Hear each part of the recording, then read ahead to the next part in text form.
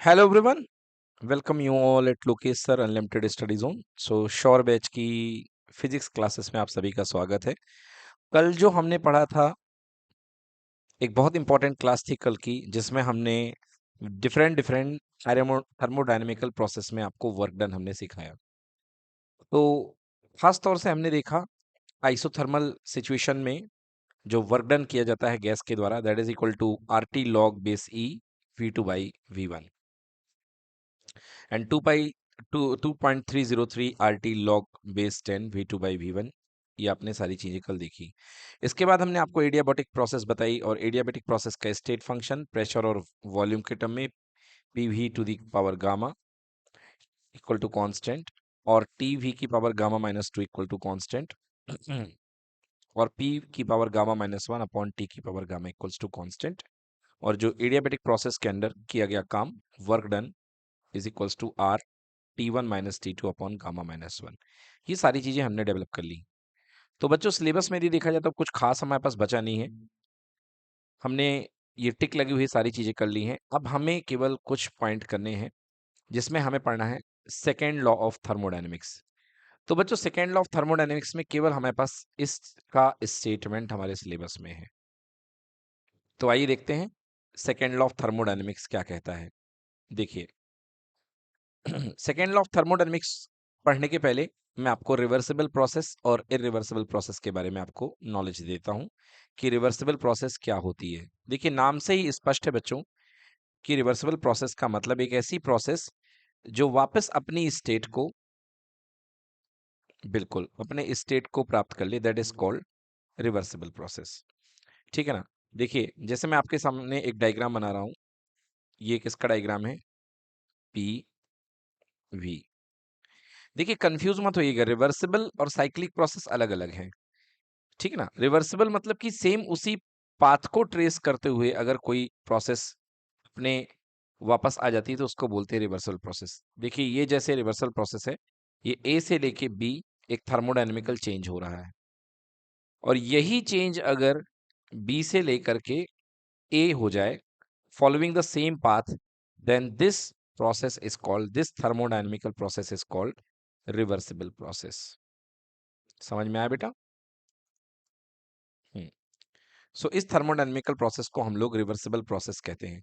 A process in which the system can be retraced, ये word याद रखिएगा, retrace to its original state by reversing the condition. बिल्कुल सही। It is a process in which the system can be retraced to its original state, मतलब कि अपनी original state में चला जाएगा by reversing the condition, condition को reverse करने पर। क्लियर बेटा? सो ये कहलाता है आपका रिवर्सिबल प्रोसेस। तो रिवर्सिबल प्रोसेस में सिस्टम जो है रिट्रेस करेगा अपने पाथ को और फिर से वहीं पर पहुंच जाएगा। ठीक है। कई बार ऐसे आ जाता है इंडिकेटर डायग्राम, तो बच्चे कंफ्यूज हो जाते हैं कि ये रिवर्सिबल है कि नहीं है। ये देखिए, ए से लेके बी में जाना एंड देन बी से लेकर ए में जाना। तो बच्चों याद रखना, ये रिवर्सिबल नहीं है, ये साइक्लिक है। कौन सी प्रोसेस है ये? साइक्लिक। क्यों? क्योंकि इसमें बी से लेके ए वापस तो गया है, बट सेम पाथ को यूज करके नहीं गया है, अपोजिट पाथ को यूज करके गया है। तो ये साइक्लिक प्रोसेस है। क्लियर बेटा? चलिए बच्चों, next irreversible process. So simple. Irreversible process क्या होती हैं? So it is a process in which system can not be retrace to its original state by reversing the condition. Condition को reverse करने पर भी अगर सिस्टम अपने पुराने स्टेट को रिट्रेस ना कर पाए, पुरानी स्थिति को प्राप्त ना कर पाए, तो उसको बोलते हैं इरिवर्सिबल। तो बेटा, ये तो बहुत सारी प्रोसेस इरिवर्सिबल आपको दिख जाती हैं। जैसे ए से लेके बी यहां तक गया, ये इरिवर्सिबल प्रोसेस है। राइट। चलिए, अब आते हैं हमारे पास में सेकेंड लॉ ऑफ थर्मोडायनेमिक्स, जो आज हमारे पास टॉपिक है। ओके, यदि हम सिलेबस में एक बार और देख लें तो हमें रिवर्सिबल प्रोसेस पढ़नी थी, इरिवर्सिबल प्रोसेस पढ़नी है, और साइक्लिक प्रोसेस भी पढ़नी है। तो साइक्लिक प्रोसेसेस आपको पता ही जाएंगी थोड़ी देर में। अब बात करते हैं हम सेकेंड लॉ ऑफ थर्मोडायनेमिक्स कि सेकेंड लॉ ऑफ थर्मोडायनेमिक्स क्या हुआ करता है। तो सेकेंड लॉ ऑफ थर्मोडायनेमिक्स में आपको दो स्टेटमेंट पढ़ने हैं। यही दो स्टेटमेंट मिलकर के सेकेंड लॉ ऑफ थर्मोडायनेमिक्स को एक्सप्लेन करते हैं। तो पहला स्टेटमेंट है Kelvin Planck statement.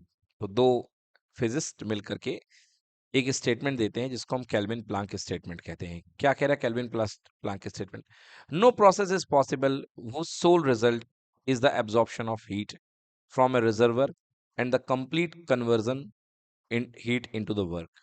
Means it is impossible to drive a continuous supply of work by cooling a body to a temperature lower than the coldest of its surrounding. देखिए, ऐसा कहा जा रहा है यहाँ पे no process is possible whose sole result is the absorption of heat from a reservoir and complete conversion heat into the work. समझिए क्या कह रहा है ये आपके पास में एक रिजर्वर है जहां पे टेम्परेचर ज्यादा है जिसे आप बोलते हैं सोर्स। ओके, इसे आप क्या बोलते हैं? सोर्स। टेम्परेचर ज्यादा है और यहां पर हीट अमाउंट कितनी है? Q1 है। हीट अमाउंट क्या है? Q1 है। तो कह रहा है कि अच्छा, हीट के ट्रांसमिशन होने के लिए, हीट के चलने के लिए हाई टेम्परेचर और लो टेम्परेचर की जरूरत है। बताइए है कि नहीं है? तो एक आपके पास जो रिजर्वर है, जो हाई टेम्परेचर पे रिजर्वर है, उसे आप सोर्स बोलते हैं। और एक रिजर्वर जो लो टेम्परेचर पे है बेटा, उसे आप क्या बोलते हैं? उसे आप बोलते हैं सिंक बोलते हैं। क्या बोलते हैं बेटा? सिंक। क्लियर हो रहा है? तो बेटा एक हाई टेम्परेचर पे रिजर्वर है जिसे सोर्स कहा गया, एक लो टेम्परेचर पे रिजर्वर है जिसे सिंक कहा गया। तो यहां पर सोर्स और सोर्स से जब सिंक में टेम्परेचर भेजा जाता है तो आपको वर्क मिलता है। And what is that work?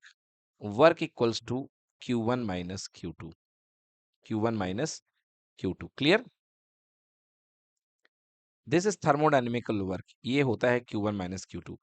तो यहां पर ये कहा जा रहा है केल्विन प्लांक स्टेटमेंट में कि दुनिया में ऐसा कोई सिस्टम नहीं बन सकता है, ऐसी कोई चीज नहीं बन सकती है कि जो पूरी पूरी हीट को वर्क में कन्वर्ट कर पाए।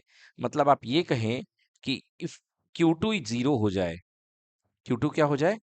जीरो। Q2 जीरो मतलब work done equals to Q1। मतलब कि पूरी की पूरी हीट किस में कन्वर्ट हो जाए? वर्क में। ऐसा कभी पॉसिबल नहीं है। क्लियर? क्यों? क्यों नहीं पॉसिबल? नंबर वन, हीट को चलने के लिए हाई टेम्परेचर से लो टेम्परेचर की जरूरत पड़ेगी कि नहीं पड़ेगी? बताइए। मतलब यदि आपके पास सोर्स है तो आपको सिंक की जरूरत पड़ेगी। यस और नो? हम्म। तो जब तक सिंक नहीं होगा तब तक आपकी हीट ट्रेवल ही नहीं करेगी, और हीट ट्रेवल नहीं करेगी तो आपको वर्क नहीं मिल सकता है। राइट? भाई अगर आपने Q2 इक्वल टू जीरो कर दिया, मतलब इसको कोई हीट नहीं मिलनी चाहिए, तो ये हीट तभी नहीं मिलेगी जब दोनों का टेम्परेचर सेम हो। क्योंकि टेम्परेचर जब सेम होता है तो हीट ट्रेवल नहीं करती। यस और नो? ओके। तो एक बात तो ये हो गई, पहली चीज। दूसरी चीज ये है कि ऐसे समझो इसको सिंपल भाषा में, अगर आप तवे पे रोटी बनाते हो तो आपने आग लगाई, तो पहले सीधे रोटी रख दोगे कि तवा को गर्म होने का मौका दोगे? बिल्कुल सही बात है बच्चों, पहले आप लोग तवे को गर्म होने का मौका देंगे। मतलब आपने यदि हीट दी है Q1, है ना, और इससे आपने हीट Q1 दी है, तो थोड़ी सी हीट तो ये खुद लेगा पहले। यस और नो? और उसके बाद ये हीट रिलीज करेगा। मतलब खुद सिस्टम थोड़ी सी हीट लेता है। राइट? तो वर्क डन, मान लो इसने हीट Q2 ले ली, तो आउटपुट कितना मिला? Total out work done equal to जितनी मिली माइनस जितनी सिंक में गई। यस और नो? क्लियर ना? तो ऐसा कोई इंजन नहीं बन सकता है, ऐसी कोई मशीन नहीं बन सकती है जो कि कोई हीट खुद ना ले। तो यहाँ पे अब इस स्टेटमेंट को पढ़िए आप, केल्विन प्लस में प्लांक स्टेटमेंट को। नो प्रोसेस इज पॉसिबल, दुनिया में ऐसी कोई प्रोसेस नहीं बन सकती है, whose sole result is the absorption of heat from a reservoir, whose sole result is the absorption of heat from the reservoir। Sole मतलब अकेले, राइट। ऐसी कोई प्रोसेस नहीं बनी है जो कि रिजर्वर से हीट को ले ले। कितनी हीट को? Q1 को, एंड कंप्लीटली इस पूरी की पूरी हीट को वर्क में कन्वर्ट कर दे, मतलब वर्क Q1 में बदल जाए, ऐसा कभी हो नहीं सकता। Into the work means it is impossible to derive a continuous supply of work by cooling a body to a temperature lower than coldest of its surrounding। चलिए नेक्स्ट स्टेटमेंट की ओर जानते हैं, क्लॉसियस स्टेटमेंट। क्लॉसियस स्टेटमेंट, ठीक है। देखिए, इसमें Clausius statement में ये कहा गया है कि जो बेटा हीट होती है वो naturally body at high temperature से बॉडी एट लो टेम्परेचर की ओर ट्रेवल करती है। यस और no? Body at high temperature से बॉडी एट लो टेम्परेचर की ओर हीट ट्रेवल करती है। क्लियर? ये तो नेचुरली होता ही है। अब आप ये समझिए कि यदि आपको हीट लो टेम्परेचर से निकाल करके हाई टेम्परेचर की ओर भेजनी है, तो क्या ये काम नेचुरली हो सकता है? नहीं हो सकता है, नेवर। मतलब हीट कभी भी लो टेम्परेचर से हाई टेम्परेचर की ओर नहीं जा सकती है। कभी भी हीट लो टेम्परेचर से हाई टेम्परेचर की ओर नहीं जा सकती है। अगर ऐसा हो रहा है कि लो टेम्परेचर से हीट हाई टेम्परेचर की ओर जा रही है, ठीक है ना, इसका मतलब यहां पर आपने कोई ना कोई फोर्स इस्तेमाल किया है, कोई ना कोई इलेक्ट्रिकल फोर्स टाइप का इस्तेमाल किया है। चलिए इसको पढ़ते हैं, देखिए थ्योरेटिकली क्या कहा गया है। No process is possible whose sole result is the transfer of heat from a colder object to the hotter object। ठीक है ना? नो प्रोसेस इज पॉसिबल, ऐसी कोई प्रोसेस पॉसिबल नहीं है। No process is possible whose sole result, जिसका अकेला result transform of heat from a colder object to a hotter object, ऐसी कोई प्रोसेस नेचुरली पॉसिबल नहीं है। हाँ, means it is impossible for a self acting machine. हाँ, ये किसी भी एक अकेले मशीन के लिए या किसी भी अकेली चीज के लिए पॉसिबल नहीं है, अनएडेड, जबकि उसमें कोई एक्सटर्नल एजेंसी ऐड ना की गई हो, to transform heat from a body to another body at higher temperature. आइए देखते हैं, एसी की बात करते हैं या रेफ्रिजरेटर की बात करते हैं। ये रेफ्रिजरेटर के अंदर एक आलू रखा हुआ है, ओके। ये मैंने एक आलू रख दिया है, ये आलू रखा हुआ है, क्लियर। देखिए बाहर का टेम्परेचर रेफ्रिजरेटर का, मान लीजिए गर्मी पड़ रही है तो 42 डिग्री सेल्सियस है बाहर का टेम्परेचर, और आलू का नेचुरली टेम्परेचर मान लीजिए बेटा 32 डिग्री सेल्सियस है। अभी हमने फ्रिज ऑन नहीं किया है, राइट। घर के अंदर का टेम्परेचर क्या है? 32 डिग्री सेल्सियस, क्लियर। अगर आपको इस आलू को ठंडा करना है, मतलब इसकी हीट को बाहर निकालना है, निकालना है कि नहीं निकालना? हम्म, तो इसकी हीट को अगर आपको बाहर निकालना है तो आप नेचुरली किसी भी तरीके से खुद, यानी कि सेल्फ, वो बॉडी नहीं कर सकती है विदाउट, बिना एड के। तो आप क्या लगाएंगे? यहाँ पे एक कंप्रेसर लगाएंगे, और कंप्रेसर वही एक्सटर्नल एजेंसी है जो इसका हीट निकाल करके, आपने देखा होगा फ्रिज के पीछे का हिस्सा गर्म होता है, या एसी का जो आउटडोर होता है वो काफी गर्म हवा फेंकता है ना। तो बेटा ये वो हीट किसकी होती है? वही कमरे की हीट होती है, या इस आलू की हीट मान लो, तो वो निकाल करके बाहर फेंका करती है, क्लियर। मतलब अब हाई टेम्परेचर से लो टेम्परेचर की ओर हीट जा सकती है नेचुरली, बट बिना एक्सटर्नल, बिना अनएडेड, एक्सटर्नल सर्विस का यूज किए आप लो टेम्परेचर से हाई टेम्परेचर को हीट दे नहीं सकते हो। क्लियर हो गया? यस। तो हाई से लो के जाना पॉसिबल है, कोई दिक्कत नहीं है। तो जब भी आप हीट को हाई से लो की तरफ ट्रांसमिट करते हैं और यूजफुल वर्क लेते हैं, so that concept is called heat engine. इसको हम क्या बोलते हैं बेटा? Heat engine. और जब भी आप लो से हाई जाते हैं बेटा, so this is called refrigerator. क्या बोलेंगे इसको? रेफ्रिजरेटर। ओके। यस। सो बच्चों ये दो कंसेप्ट हो गए अपने, हाई से लो पे जाना और लो से हाई पे जाना। चलिए, अब इसके बाद आता है हमारा लास्ट टॉपिक। तो डेफिनेशन एक बार पूरी पढ़ दूं इसके बढ़ने के पहले। No process is possible whose sole result is the transfer of heat from a colder object to a hotter object, means it is impossible for a self-acting machine unaided, बिना मदद के, by any external agency, बिना बाहरी agency की मदद के, ऐसा कभी भी रियलाइज नहीं किया जा सकता है, ये कभी भी पॉसिबल नहीं है, to transfer heat from a body to another body at higher temperature, कि आप कम टेम्परेचर से ज्यादा टेम्परेचर की और आप हीट को फेंक लें। एसी आपका यही करता है। आउटडोर बाहर होता है, टेम्परेचर ज्यादा होता है, अब वो कमरे के कम टेम्परेचर से हीट निकाल करके बाहर की तरफ हीट फेंकता है हाई टेम्परेचर पे। यस और नो? तो 36 के रूम को ले आकर के 19 डिग्री सेल्सियस पे रख देता कि नहीं रख देता है? यस। तो यहाँ की हीट निकाल करके हाई टेम्परेचर पे फेंकता है। ठीक है ना? मतलब second law of thermodynamics refrigerator के बारे में बताता है। क्लियर? जो दूसरा स्टेटमेंट है इसका, क्लॉसियस का, ये रेफ्रिजरेटर के बारे में बताता है, जबकि केल्विन प्लांक के स्टेटमेंट हीट इंजन के बारे में बताता है। राइट? चलिए, लास्ट टॉपिक हमारे पास में है हमारे सिलेबस का, जिसका नाम है साइक्लिक प्रोसेस। तो आइए देख लेते हैं कि साइक्लिक प्रोसेस क्या हुआ करती है। साइक्लिक प्रोसेस, घूम फिर के वापस अपनी जगह पे आ जाना। अगर कोई सिस्टम जिस पॉइंट से चला था उसी पॉइंट पर आ जाए, अपनी थर्मोडायनेमिकल स्टेट जिस पॉइंट से स्टार्ट हुई थी उसी पॉइंट पर आ जाए, तो इसको बोलते हैं अपन साइक्लिक प्रोसेस। देखिए ये अपने पास में, मान लीजिए किसी पॉइंट पर P1 V1 सिचुएशन है। अब ये साइकिल चला और ये लौट करके वापस अपनी स्टेट पे आ चुका है, तो इसको हम बोलते हैं साइक्लिक प्रोसेस। क्योंकि बेटा साइक्लिक प्रोसेस में इनिशियल स्टेट और फाइनल स्टेट सेम होती है। Initial state equal to final state, बिल्कुल सही। तो initial state equal to final state होती है। तो साइक्लिक प्रोसेस में change in internal energy zero होती है।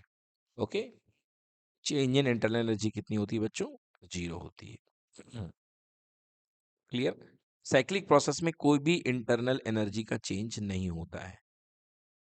क्लियर? क्योंकि उस पॉइंट पर ही फंक्शन पहुंच जाता है, तो there is no change in internal energy. मतलब फर्स्ट लॉ ऑफ थर्मोडायनेमिक्स से delta Q equal to delta U plus delta W, मतलब साइक्लिक प्रोसेस में आपकी पूरी हीट जो होती है वर्क में कन्वर्ट हो जाती है। तो इसलिए जितने भी हीट इंजन के प्रोटोटाइप मॉडल्स बनाए जाते हैं वो सबके सब साइक्लिक में ही डिजाइन किए जाते हैं। ठीक है ना? कॉर्नॉट का जो मॉडल इंजन है जो बनाया गया, वो भी साइक्लिक ही डिजाइन किया गया। ठीक ना?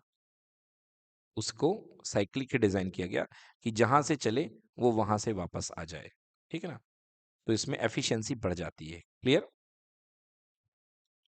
ओके। एक चीज देखिए, साइक्लिक प्रोसेस में वर्क डन कितना होता है? तो आंसर है work done in cyclic process, work done in cyclic process is equals to area under PV graph. बेटा जो पीवी ग्राफ के अंदर का एरिया होता है, लाइक ये देखिए आपके पास एक साइक्लिक प्रोसेस है, आपको ये देखिए पीवी ग्राफ है, तो पीवी ग्राफ के अंदर का जो एरिया होगा बेटा यही आपको क्या देगा? वर्क डन देगा। This is delta W. Cyclic process के अंदर के लिए जो वर्क डन होगा ये आपको एरिया दे देगा। राइट? चलिए, तो यहाँ पे साइक्लिक प्रोसेस हमारी फिनिश हो जाती हैं, और वैसे इस सिलेबस में कुछ है नहीं, इंजन और सब कुछ हटा दिया गया है। सो कुछ इसमें खास नहीं बचता है। चलिए, तो यहाँ पर थर्मोडायनेमिक्स हमारी फिनिश हो जाती है। अब आते हैं थोड़ा सा रिवीजन कर लेते हैं जो हमने पढ़ा है अभी तक, उसको क्विकली रिकैप्चुलाइज कर लेते हैं। माइंड मैप देखते हैं। First basic concept, zeroth law of thermodynamics में हमने बताया था, two system are in thermal equilibrium with a third system separately, okay, जब वो थर्मल इक्विलिब्रियम ईच अदर होंगे तो वो सिस्टम भी होंगे, like T B is equals to T A equals to T B होगा, मतलब ए और बी थर्मल इक्विलिब्रियम में है, और T A equals to T C, ये भी थर्मल इक्विलिब्रियम में है। तो जीरोथ लॉ से बी और सी भी किस में होंगे, थर्मल इक्विलिब्रियम में। Done. Then thermodynamic state variable, a variable which depend on a state of a system not on the path। ऐसे वेरिएबल जो कि स्टेट में डिपेंड करते हैं, पाथ पे डिपेंड नहीं करते, उनको हम क्या बोलते हैं, thermodynamic state variable. Example, internal energy के एक थर्मोडायनेमिक स्टेट वेरिएबल है जो कि पाथ पे डिपेंड नहीं करता है, मगर जो वर्क है वो एक पाथ वेरिएबल है। इसको स्टेट फंक्शन और पाथ फंक्शन भी बोलते हैं। तो जो फंक्शन पाथ पे डिपेंड करते हैं उसे पाथ फंक्शन बोलेंगे या पाथ वेरिएबल बोलेंगे, और जो स्टेट पे डिपेंड करते हैं उन्हें आप स्टेट वेरिएबल बोलेंगे। ठीक है ना। प्रेशर, वॉल्यूम, टेम्परेचर, ये सब के सब स्टेट वेरिएबल हैं। देन क्वेश्चन आया, what is internal energy.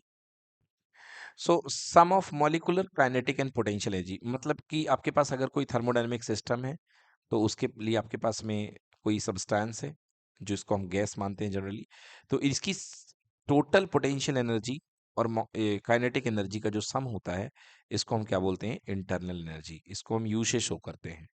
Okay, सो ये इंटरनल एनर्जी कहलाती है। और ये एक थर्मोडायनेमिक स्टेट वेरिएबल, मैंने पहले ही बोला कि ये स्टेट पर डिपेंड करती है, इसलिए ये स्टेट वेरिएबल है। सो डेल्टा यू का फॉर्मूला मैंने इस चैप्टर में आपको कई बार पढ़ाया, delta U is equals to mu C V delta T. Okay.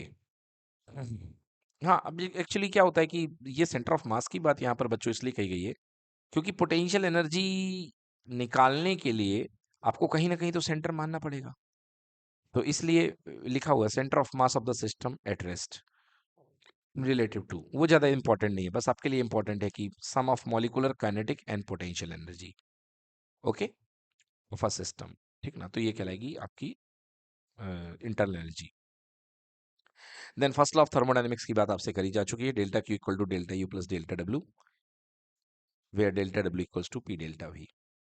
Myers relation CP minus CV equal to R, इसको हम लोग प्रूफ नेक्स्ट चैप्टर में करेंगे, काइनेटिक थ्योरी ऑफ गैसेस में आएगा। अभी बस इसकी जानकारी रखिए कि CP minus CV equals to R होता है, यानी CP equals to CV plus R, मतलब कांस्टेंट प्रेशर पर मोलर स्पेसिफिक हीट कैपेसिटी जो होती है ज्यादा होती है, यानी CP greater than CV.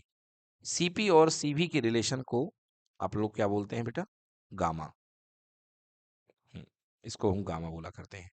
Then इसके बाद हमने सेकेंड लॉ ऑफ थर्मोडायनेमिक्स में केल्विन प्लांक का स्टेटमेंट बताया एंड क्लॉसियस का स्टेटमेंट अभी अभी बताया। प्रोसेस इन थर्मोडायनेमिक्स में आपने देखी आइसोथर्मल प्रोसेस, जिसमें वर्क डन देखा, work done iso R T log e V two by V one. And adiabatic process में, हाँ, इसको P two by P one by P two भी कर सकते हैं। एंड एडियाबेटिक प्रोसेस में जहां एक्सचेंज ऑफ हीट नहीं होता है, that is equal to R T one minus T two upon Y minus one. Isochoric process होती है जिसमें कि वॉल्यूम कांस्टेंट हुआ करता है, एंड आइसोबेरिक प्रोसेस जिसमें प्रेशर कांस्टेंट हुआ करता है। एंड साइक्लिक प्रोसेस ऐसी प्रोसेस होती है जिसमें सिस्टम अपनी ओरिजिनल स्टेट में आ जाता है, that means delta U equal to zero. ठीक है ना। देखिए, यदि यहाँ पे हम आइसोकोरिक प्रोसेस और आइसोबैरिक प्रोसेस में यदि हम वर्क डन की बात कर लें तो भी बहुत सिंपल है। आइसोकोरिक प्रोसेस और आइसोबैरिक प्रोसेस का वर्क डन हम देख लेते हैं। Work done in isochoric process, छोटे छोटे से डेरिवेशंस हैं। Work done in isochoric process, work done in isochoric process. तो आइसोकोरिक प्रोसेस ऐसी प्रोसेस होती है, आइसोकोरिक, ओके, कोरिक मतलब कि वॉल्यूम सेम होगा, means delta V equal to zero, मतलब वॉल्यूम फिक्स रहेगा। ओके, तो यदि मैं इसके इंडिकेटर डायग्राम की बात करूं तो आइसोकोरिक प्रोसेस में देखिए इंडिकेटर डायग्राम, ये P है, ये V है, मतलब V की फिक्स वैल्यू रहेगी, जो भी वैल्यू है अपनी फिक्स स्टेट में होगा और प्रोसेस बढ़ती जाएगी। ये देखिए, यहाँ पे प्रेशर बढ़ रहा है, प्रेशर की वैल्यू बढ़ रही है, तो ये एक थर्मोडायनेमिक प्रोसेस हो रही है because delta V equal to zero है। Means V final minus V initial equal to 0, मतलब जो वी फाइनल है वही वी इनिशियल है। अब आप किसी भी पॉइंट पर देख लें, यहाँ पे वॉल्यूम सेम है। ये देखिए, चाहे आप इस पॉइंट पर देख लें, वॉल्यूम यही मिलेगा आपको, प्रेशर बढ़ गया। इस पॉइंट पर देख लें, आपको वॉल्यूम यही मिलेगा, बस प्रेशर चेंज हो रहा है। तो यदि वर्क डन की बात की जाए कि इसमें वर्क डन कितना आएगा, तो देखिए आप जानते हैं delta W is equals to होता है पी डेल्टा वी। तो ये कितना हो जाएगा, P into zero.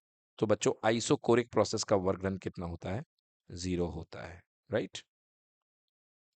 There is no work done in isochoric process against the system या ऑन द सिस्टम, कोई वर्क ही नहीं होता, क्योंकि वॉल्यूम ही चेंज नहीं होगा तो वर्क कहां से आएगा, राइट। पी प्रेशर होता है, बिल्कुल यहाँ पे पी प्रेशर है बच्चों। बेटा देखते हैं। सो ये हो गया अपने पास में, अपने पास में क्या हो चुका है, ये वर्क डन इक्वल टू 0। तो आइसोकोरिक प्रोसेस के लिए फर्स्ट लॉ ऑफ थर्मोडायनेमिक्स क्या बनेगा, delta Q is equals to delta U plus delta W. So delta Q equals to only delta U बनेगा, मतलब पूरी की पूरी हीट जो है उस सिस्टम की इंटरनल एनर्जी को बढ़ाएगी, मतलब कोई वर्क डन नहीं हो पाएगा क्योंकि 0 है। तो पूरी की पूरी हीट किस में जाएगी, सिस्टम की इंटरनल एनर्जी को बढ़ाने में। क्लियर। मतलब हालत कुछ ऐसी हो गई है कि आप हैं और आपको आइसोकोरिक घर से बोल के गया है कि भैया आइसोकोरिक रहना, मतलब जिसको बोलते हैं वहां जाकर के फैलना पसरना नहीं, मतलब हाथ पैर मत चलाना, वॉल्यूम चेंज नहीं होना चाहिए। तो घर वालों ने तुम्हारे हाथ और पैर बांध दिए, ये सो नो। अब सामने वाला तुम्हें गाली सुना रहा है, हीट दे रहा है, यहां से देखिए ये आपको डेल्टा क्यू दे रहा है। अब आप वर्क तो कर नहीं सकते हो, तो आप क्या क्या होगा आपके, आप लाल होते जाओगे। क्या होते जाओगे, गुस्सा होते जाओगे। बोलिए यस और नो, क्योंकि आपके हाथ तो बंधे हुए हैं। सो आपको जो पूरी हीट दी गई है वो क्या करी जाएगी, आपकी इंटरनल एनर्जी बढ़ाती जाएगी नहीं बढ़ाती जाएगी, क्योंकि आपके हाथ पैर तो बंधे हुए हैं। So this is the example of isochoric process. Next बात करते हैं वर्क डन इन आइसोबैरिक प्रोसेस। अच्छा, आइसोकोरिक का इंडिकेटर डायग्राम देख लीजिएगा, ये आइसोकोरिक है। हियर पी, यहाँ पे पी बदलेगा बट वी कांस्टेंट है, right. Next is isobaric process.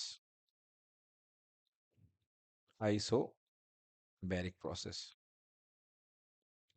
तो ऐसी प्रोसेस जिसमें प्रेशर कांस्टेंट रहता है, ऐसी प्रोसेस जिसमें प्रेशर कांस्टेंट रहता है। तो ये देखिए, तो प्रेशर कांस्टेंट है, प्रेशर की वैल्यू फिक्स है, लाइक पी जीरो है, यहाँ पे प्रेशर है, ओके।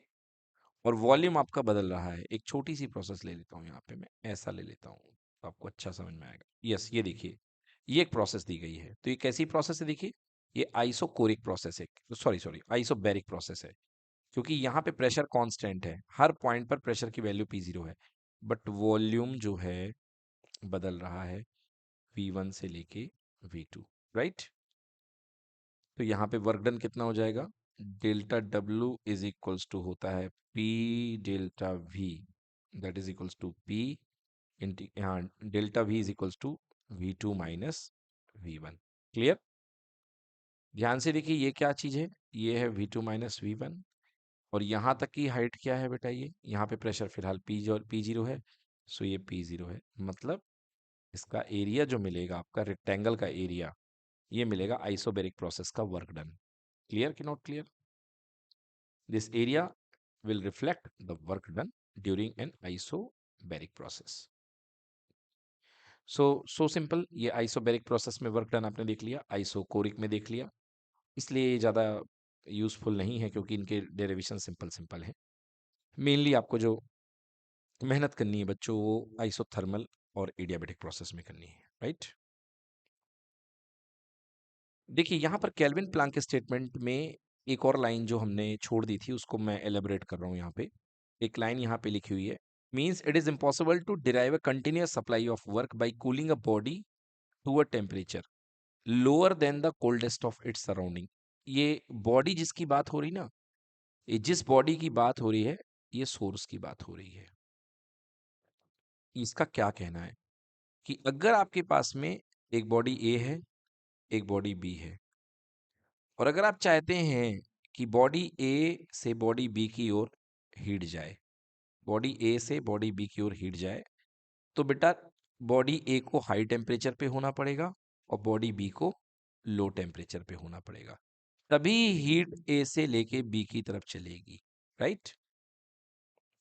अगर आप T1 का टेम्परेचर T2 से कम कर देते हैं, जिसको आपने T2 को क्या माना है, सराउंडिंग माना है, क्या माना है, सराउंडिंग माना है, तो यहाँ पे लिखा गया है it is impossible to derive a continuous supply of work cooling a body of temperature lower than the coldest of its surrounding। अगर आप T1 के टेम्परेचर को सराउंडिंग से कम कर देते हैं तो कभी भी किसी भी हालत में हीट आपकी सोर्स से लेके सराउंडिंग की ओर नहीं चलेगी, क्योंकि हीट का रूल है ये हाई टू लो चलती है, राइट। यस, तो यहाँ पे फिर से हम इस चीज को पढ़ लेते हैं। सेकेंड लॉ ऑफ थर्मोडायनेमिक्स का Kelvin Planck statement, it is impossible to derive a continuous supply of work by cooling a body to a temperature lower than of coldest of its surrounding. मतलब कभी भी ऐसी चीज से आप काम नहीं ले सकते हो जिसका टेम्परेचर इसके सराउंडिंग से कम हो। क्लियर हुई बात, ठीक है ना। मतलब अगर आप हीट ट्रांसमिट कर रहे हो तभी आपको वर्क मिलेगा, and this work is equals to होगा Q1 माइनस Q2, जिसमें ये Q1 हीट यहाँ पे देगा और Q2 हीट जो है सिंक ले लेगा। क्लियर, तो आपको वर्क W मिलेगा, that is equals to Q1 minus Q2। Clear है, और ये तभी पॉसिबल है जब Q1 हाई टेम्परेचर पे होगा और Q2 लो टेम्परेचर पे होगा, right. Means T1 greater than T2। So this is called what? Kelvin-Planck statement. Second, Clausius statement. It is impossible for a self-acting machine unaided by external agency to transfer heat from a body to another body at high temperature। ये तो पहले ही आपको बताया कि clauses statement की किसी भी हालत में बिना एक्सटर्नल एजेंसी के सपोर्ट के आप लो टेम्परेचर से हाई टेम्परेचर की ओर हीट रिलीज नहीं करा सकते हैं, राइट। एग्जैक्टली, हायर से लोअर जो होता है वो नेचुरल फ्लो होता है हीट का, बट अगर आप लोअर से हायर कर रहे हैं तो आपको एक एजेंसी यूज करनी पड़ेगी, कंप्रेसर यूज करना पड़ेगा।